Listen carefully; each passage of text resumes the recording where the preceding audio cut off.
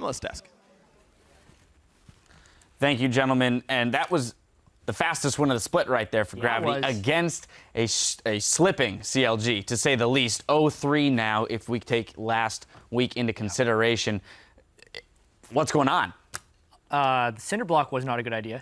But aside from that, this game was a bit of a comedy of errors in the mid game that really just snowballed out of control. And there were some uncharacteristic plays down the stretch that I wouldn't expect CLG to make under normal circumstances. Like, for instance, when you have a Lulu ult up and a Jinx who is relatively farmed, and a little baby support Shen walking towards you who goes for a taunt, you either flash the taunt or you Lulu ult the dude that got taunted. They did neither of those things, and that's really what broke the game completely wide open, because it was already a lead for Gravity, but after Doublelift let Bunny walk up to him and taunt him as support Shen without putting a single hit down and having no one else on his team disrupt it, the game was over.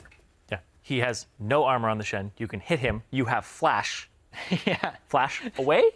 I mean, that was a huge misplay, but maybe that was just because they gave up so many kills in the mid game, and CLG is known to tilt. Yeah, and so as you mentioned, there was this kind of comedy of errors. There was a lack of structure to this game very early on, and it seemed to plague CLG, who came into the game with what seemed like a very clear objective here in getting the Jinx ahead, getting the Jinx farmed, and supporting it with Afromu on Alistar and Pobelter on the Lulu mid, and it all just broke apart as chaotic fight after chaotic fight happened. And it was so close to working, which is the strange thing. Doublelift won the lane by a significant number of CS along with Afromu, and that mid-game dragon fight, they were incredibly close. Like Freak said during the cast, one more crit from Doublelift, and he would have killed 4 people. He had his flash there as well. That's another thing. Yeah, he had his flash there, didn't use it aggressively. He had Infinity Edge and Zeal, so he was in a position where if he could have flashed forward, he may have gotten another crit and a reset there, but not going for that aggressive play. So there's an example of not using it for an aggressive play, not using it for a defensive play there. And I feel like CLG, man, I think Loco said in TSM Legends, they might be tilting off the face of the earth right now. This is the thing. We're talking so much about CLG's failures, but like that's only because it was a 27-minute game. Yes, right. There are other reasons that Gravity should have won and ended up winning this game. Well, Gravity had an amazing shot call all across, where it's where they picked Pobelter in the mid lane before a dragon, where they recognize that opportunity. Hauntzer's going for these plays with hooks that are working out. Bunny Fufu is stepping up and getting to the back line. As outrageous as it is, he's going for those plays and it's working out. And the fact they go immediately for a Baron as soon as they recognize the opportunity to do so. Yeah. And I got a shout out move here too. Nidalee does not stop him from doing his thing. He buys a damn Sightstone on this champion that you want damage on to be relevant, and he's still just being a facilitator of his team. I am absolutely in love with this guy's style because he's showing people you don't have to carry from the jungle. If you give your laners wards, they can help you carry because you set them up for these types of plays.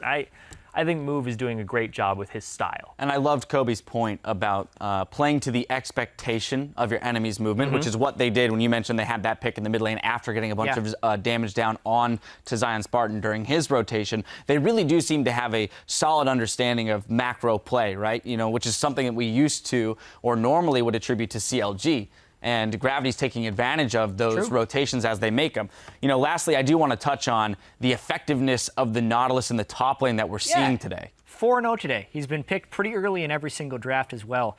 And there's always a lot of factors that go into victory, and it's a very small sample size. But one thing that has kind of plagued North America so far, the split, is their inability or unwillingness to take team fights. Nothing starts a team fight better than a Righteous Glory Nautilus who is really, really tanky.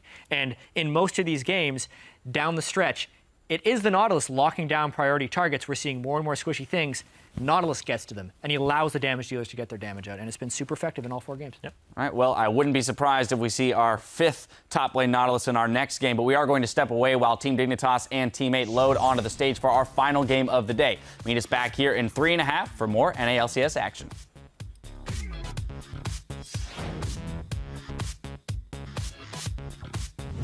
Who's that guy supposed to be? That's Pantheon. Wait, What? What are you looking at? It has like a teeth. Like, I don't know what that is. Isn't that Urgot? It doesn't look like Urgot at all. Are those green light bulbs? Giant front line gets knocked up, takes a lot of damage. Shockwave catches the front line. Smithy's down. Altic on the run. Slowly. Front. Ori. Go.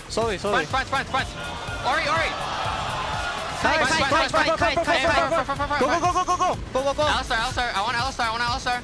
Nice, nice. Though a really good equalizer. A shock from the backside, and Pobelter goes down. Smithy's still barely alive. Altec dives for it. Gravity crushing Counter Logic Gaming, taking the win in week 6.